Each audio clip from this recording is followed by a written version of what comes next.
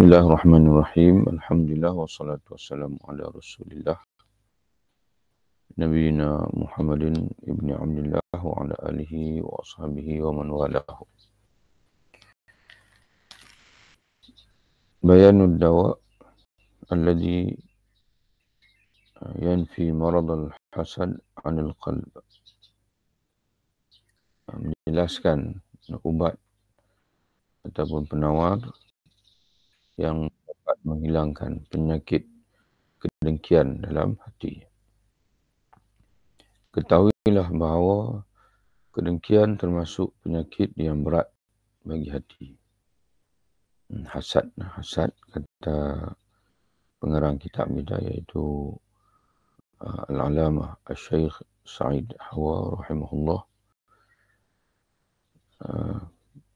Kedengkian adalah penyakit yang di antara penyakit al-amrad al-azimah lil qulub. Penyakit yang berat bagi hati.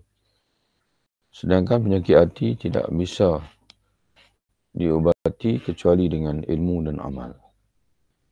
Jadi untuk mengubati penyakit hati, kata dia bukanlah dengan kita mengambil ubat-ubatan ataupun kita berjumpa doktor, kita pergi ke klinik dan sebagainya, hospital.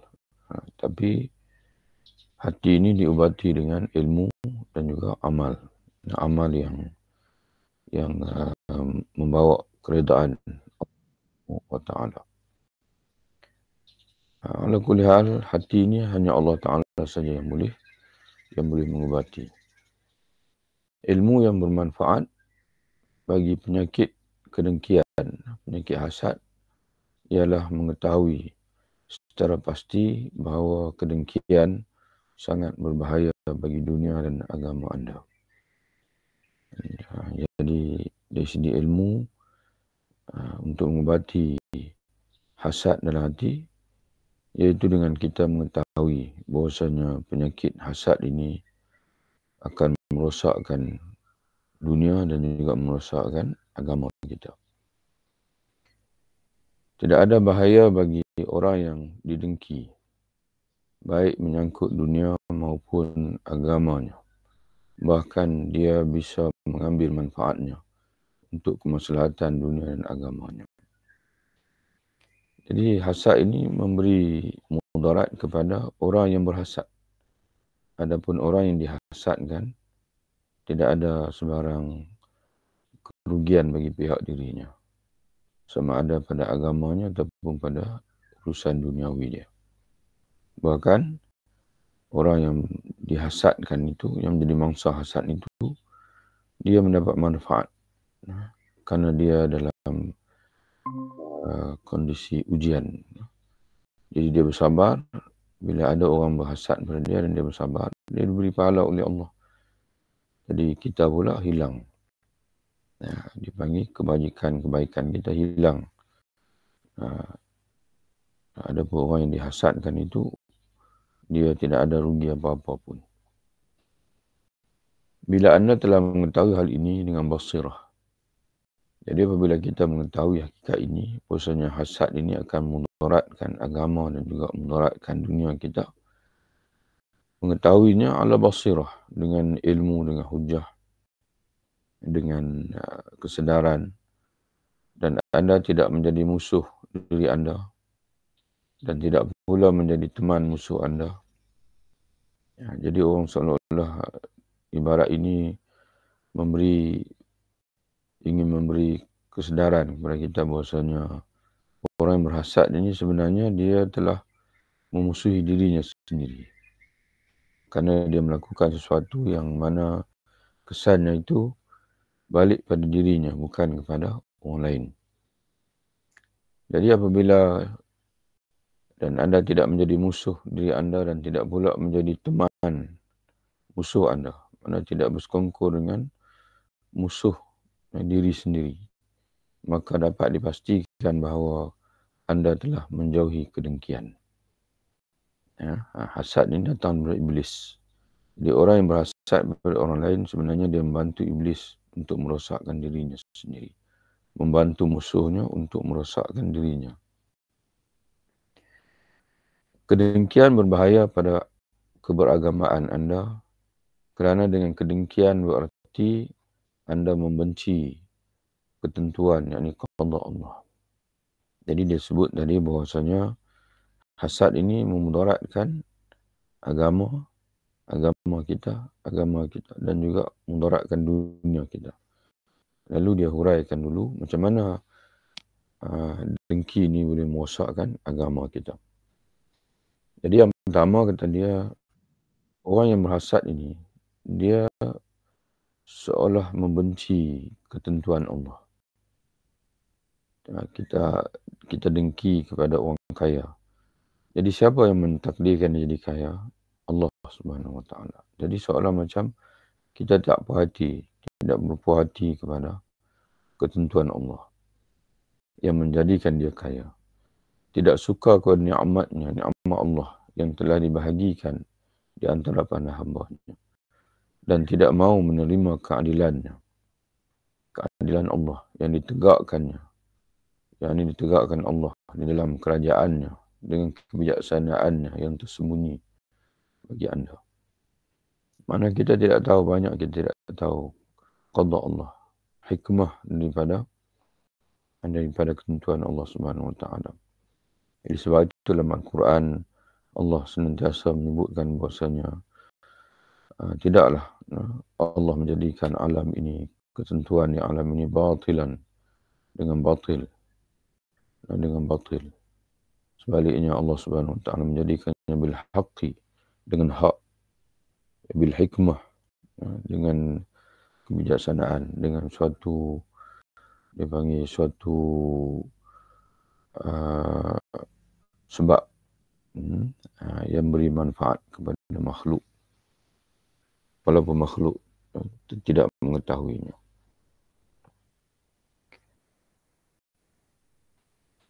Dan tidak mau menerima keadilannya yang ditegakkannya di dalam kerajaannya dengan kebijaksanaannya yang tersembunyi bagi anda. Kemudian anda mengingkari, anda yang ini orang yang berhasad. Anda menganggap buruk hal tersebut. Ini merupakan kejahatan yang dijenayah terhadap ketajaman lensa tauhid dan kotoran di mata keimanan. Jadi semua ini merupakan suatu jenayah, suatu keburukan yang merosakkan tauhid dan juga iman dalam hati. Dengan kedua kesalahan ini, anda telah melakukan pelanggaran terhadap agama. Nah, ini dengan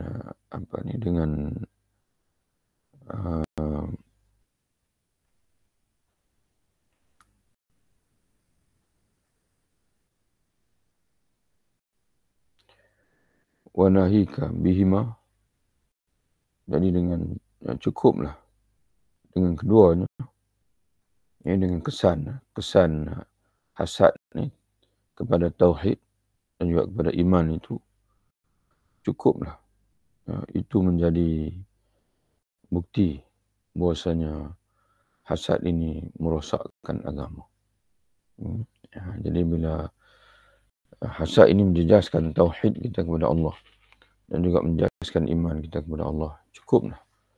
Itu menandakan bahwasanya hasad ini memudaratkan agama kita.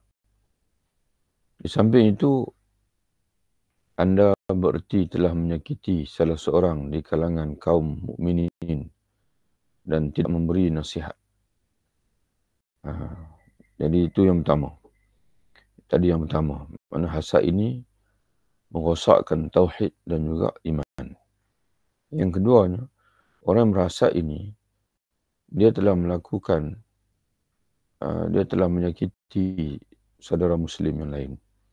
Jika hasad itu hasad kepada orang Islam atau orang beriman yang lain, bermakna dia tidak menjaga dipanggil hak orang beriman yang lain. Anda telah menyalahi dan tidak beri nasihat.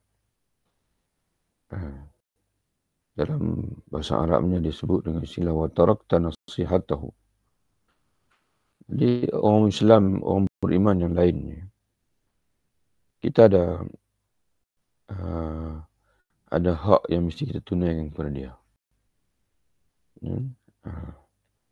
Iaitu di antaranya ialah nasihat.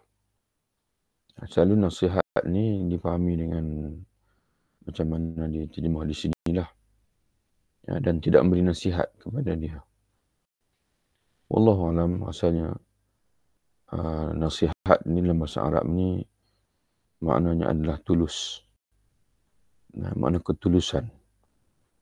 Jadi sepatutnya kita dengan orang Islam yang lain ini, kita bersifat tulus kepada dia, iaitu kita senantiasa ingin melihat dia ini untung, baik berada dalam situasi yang tidak rugi, yang elok. Itu nasihat. Nasihat, ketulusan kepada adin nasihat. Agama adalah nasihat. Iaitu nasihat kepada Allah, Rasul, kitabullah dan juga orang beriman. Iaitu ketulusan kita. Ketulusan kita kepada Allah, kepada Rasul, kepada kitabullah dan juga kepada orang beriman. Iaitu kita bila-bila masa pun kita sentiasa ingin melihat Allah itu dipuji, Allah itu disanjung, tidak dihina. Begitu juga Rasulullah.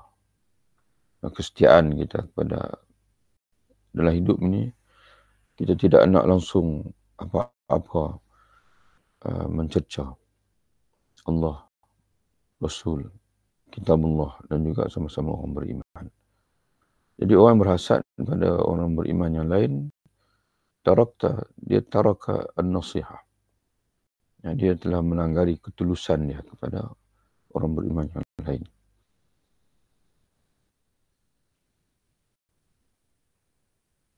Anda telah menyalahi para wali Allah dan para nabinya dalam menyintai kebaikan bagi para hamba-Nya. Karena para awliya Allah, para nabi Allah, para anbiya dan juga para awliya Allah, mereka sentiasa menyintai orang beriman yang lain. Tiba-tiba kita berhasad kepada orang beriman yang lain, mana kita telah menyalahi sikap para anbiya dan juga para awliya Allah.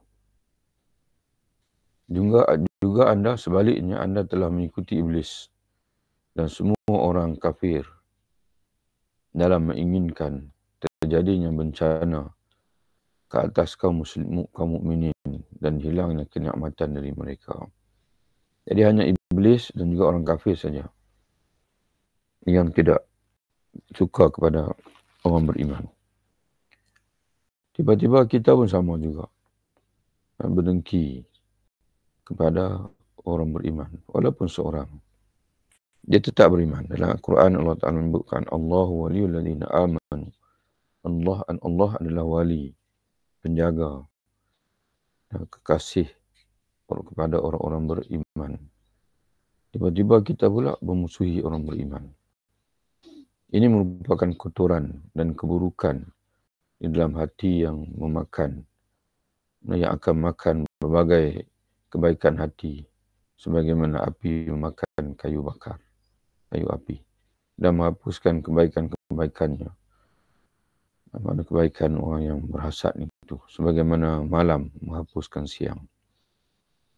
Akhirnya tidak ada langsung kebaikan yang kita bawa ketika kita menghadap Allah Subhanahu wa Ta'ala. Sedangkan bahaya kedengkian terhadap dunia anda pula, maka dengan kedengkian sesungguhnya anda sakit dan terseksa di dunia. Dengan kedengkian itu menyebabkan sakit dan rasa terseksa di dunia ini. Jadi belum sampai di akhirat telah diseksa oleh Allah. Dipanggil dengan resah, dengan sakit hati, tidak tenteram, dan jiwa tidak tenang. Jadi sebab itu pentingnya dalam hati kita ini ada sifat qanaah. Anda akan sentiasa dalam kesedihan dan gundah apabila musuh-musuh anda tidak dijauhkan Allah dari bagian nikmat yang dilimpahkannya kepada mereka. Jadi selagi mana Allah melimpahkan nikmat kepada orang yang kita hasadkan itu, selagi itulah hati kita menjadi resah. Anda akan senantiasa tersiksa dengan setiap nikmat yang anda lihat. Anda akan sentiasa tersakiti dengan setiap musibah yang luput dari mereka. Sehingga anda menjadi orang yang dilanda kesedihan, kecewa, hati yang tersayat. Seolah macam hati kita disiat-siat bila melihat orang lain dalam nikmat yang dia selamat daripada musibah, kita menjadi sakit hati. Orang lain dalam tenang dalam nikmat. Kita pula resah, sakit hati kita dalam azab. Azab kerana apa? Kerana hasad. Sehingga anda menjadi orang yang dilanda kesedihan, kecewa, hati yang tersayat dan sempit dada. Kerana telah terjadi pada diri anda apa yang diinginkan musuh pada diri anda. Dan apa yang anda inginkan untuk musuh-musuh anda. Jadi musuh mengingini kita ni resah. Kita orang beriman ini, syaitan musuh menginginkan kita ini tidak tenang.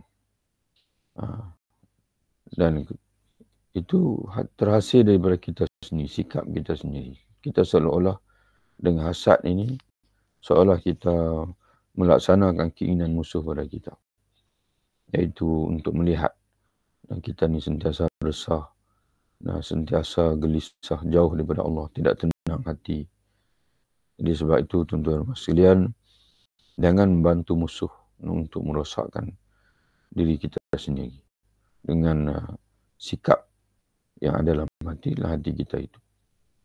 Anda menginginkan terjadinya bencana pada musuh anda. Lalu anda berharap agar bencana itu segera terjadi. Anda ingin terjadinya bencana pada musuh anda. Lalu anda berharap, mana musuh, mana orang yang kita hasadkan.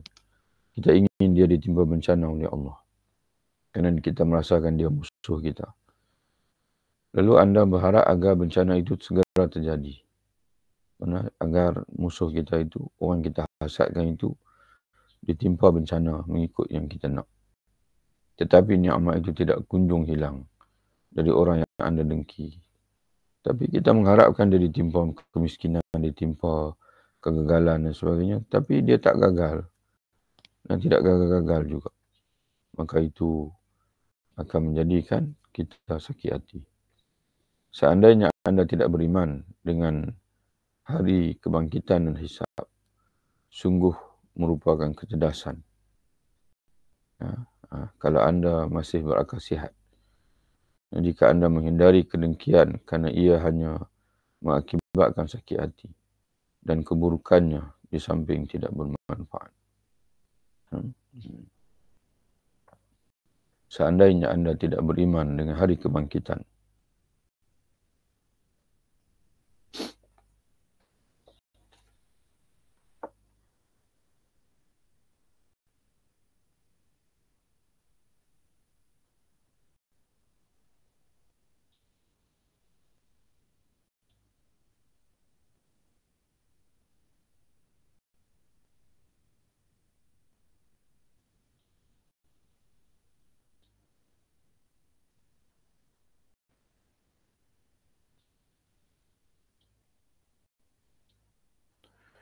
jadi semua itu berlaku jika sekiranya kita tidak beriman kepada Allah. Beriman pada hari kebangkitan juga hari hisab. Jadi sebab itu tanda kecerdasan dia panggil. Sebagaimana Nabi sebut dalam satu hadis, Al-Qayyisu man dana nafsahu wa amila lima ba'dal maut. Orang cerdas, Al-Qayyis, orang yang cerdik ialah orang yang sentiasa muhasabah dirinya. Wa amila lima ba'dal maut, dan dia beramal untuk kehidupan selepas mati. Jadi sebab itu orang yang berhasad ini itu menandakan bahasanya dia orang yang tidak cerdas dan tidak memiliki, tidak qayyis yang Nabi sebut tadi, tidak bijak. Kalau anda masih berakal sihat, jika anda menghindari kedengkian kerana ia hanya mengakibatkan sakit hati dan keburukannya di samping tidak memberi manfaat. Jadi hasad ni tidak ada faedah langsung. Ya, tidak ada faedah. Tidak, dia buruk, 100% buruk. Tidak memberi manfaat sedikit pun. Itu seharusnya disedari oleh orang yang cerdik, orang yang cerdas. Apalagi jika anda mengetahui bahawa kedengkian akan mengakibatkan siksa yang pedih di akhirat. Mana di dunia saja kita dah menjadi orang yang tersiksa. Apatah lagi di akhirat nanti. Kita akan disiksa lagi oleh Allah dalam siksaan yang pedih dalam neraka. Sungguh aneh jika orang yang berakal sihat terancam murka Allah kerana sesuatu yang tidak ada manfaatnya sama sekali, bahkan mengandung bahaya dan penyakit yang menghancurkan agama dan dunianya tanpa manfaat dan kegunaan sama sekali. Sungguh aneh, mana aneh lah, pelik lah. Orang yang beriman dengan hari akhirat, yang dia berakal, tapi dia masih lagi terbelenggu oleh ancaman murka Allah dengan kerana suatu yang tidak memberi manfaat langsung dunia akhirat.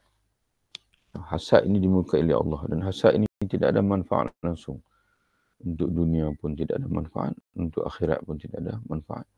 Semata-mata kita ingin mencapai kepuasan hati saja, melihat orang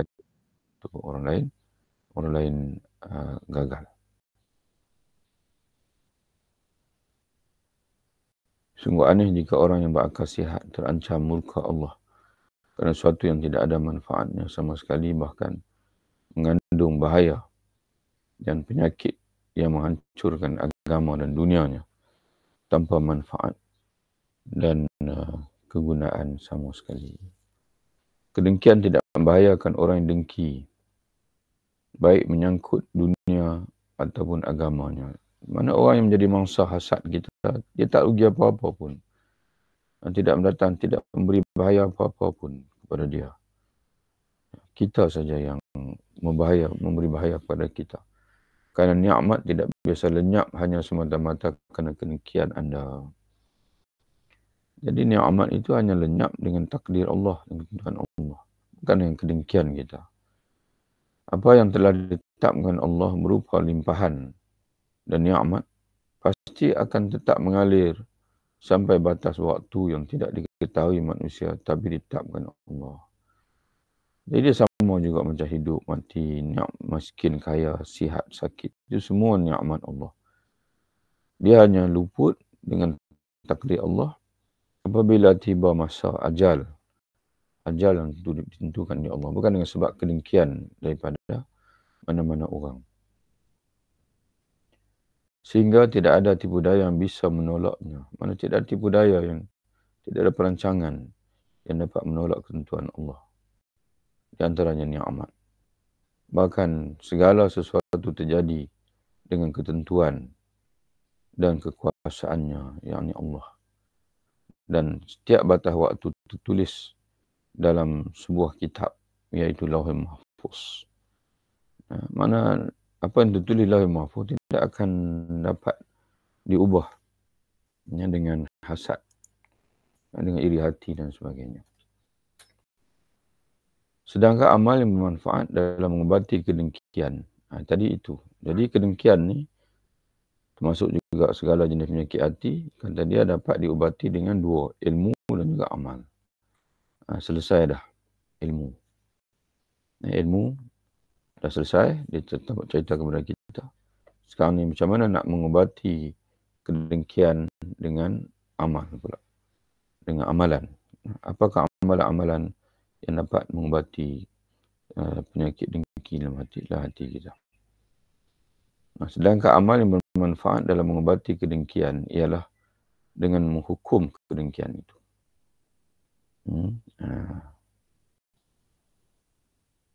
Bahawa an yahkumal hasad, dengan menghukum kedengkian itu. Fakullu ma yataqadahu al-hasad min qawlin wa fi'lin fayanbaghi an yukallifa nafsahu naqidahu. Setiap kali mana kita tidak mudah menerima kedengkian. Sebaliknya kita kena menghukum dia, mementerasnya, yang mengenakan tindakan ke atas dia. setiap kali melakukan kedengkian berupa perkataan atau perbuatan, mana setiap kali muncul kedengkian dan kemudian menjadi reaksi sama ada berupa ucapan kita yang hadir, yang lahir daripada hasad yang ada dalam hati ataupun reaksi tindakan, maka harus menghukum dirinya dengan kebalikannya, dengan sebalik daripada. Kalau hati, kalau musuh nak mengejinya, kita kena berhenti. Sebaliknya kita memuji. Ya. Sebaliknya kita buat baik kepada orang yang hasrat hati kita itu ingin berhasad kepada dia. Jadi tuan-tuan sekalian, demikianlah.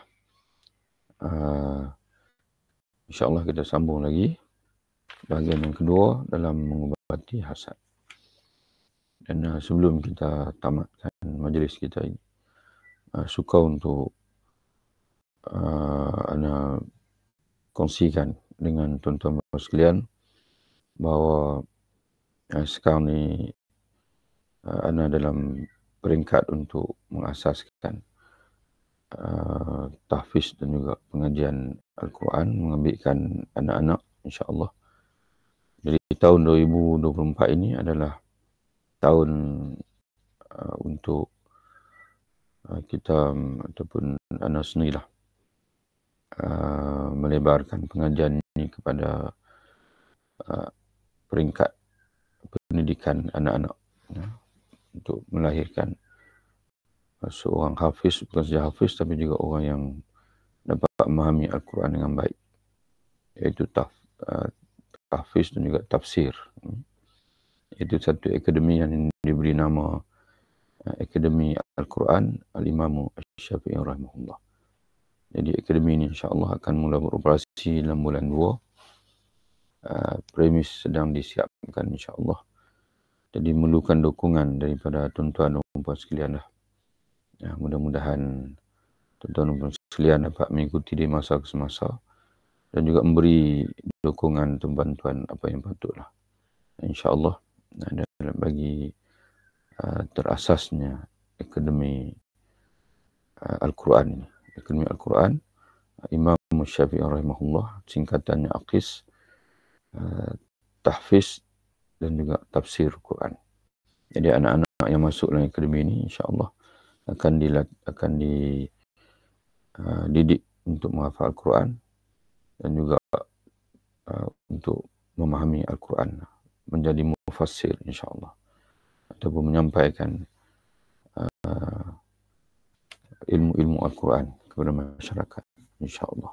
Ya, karena anak-anak ini sebagaimana disebut oleh satu ungkapan Arab, al-ilmu fi sighar kan-naqshi al-hajar.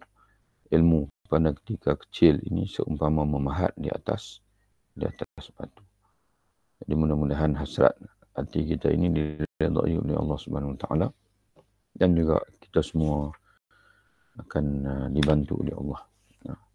Bantu in tansurullah yansurkum, jika kamu menolong Allah, ini menolong agama Allah, Allah akan menolong kamu insya-Allah. Itulah hasrat hati kita. Wabillahi taufiq. Assalamualaikum warahmatullahi wabarakatuh. Jumpa lagi insya-Allah.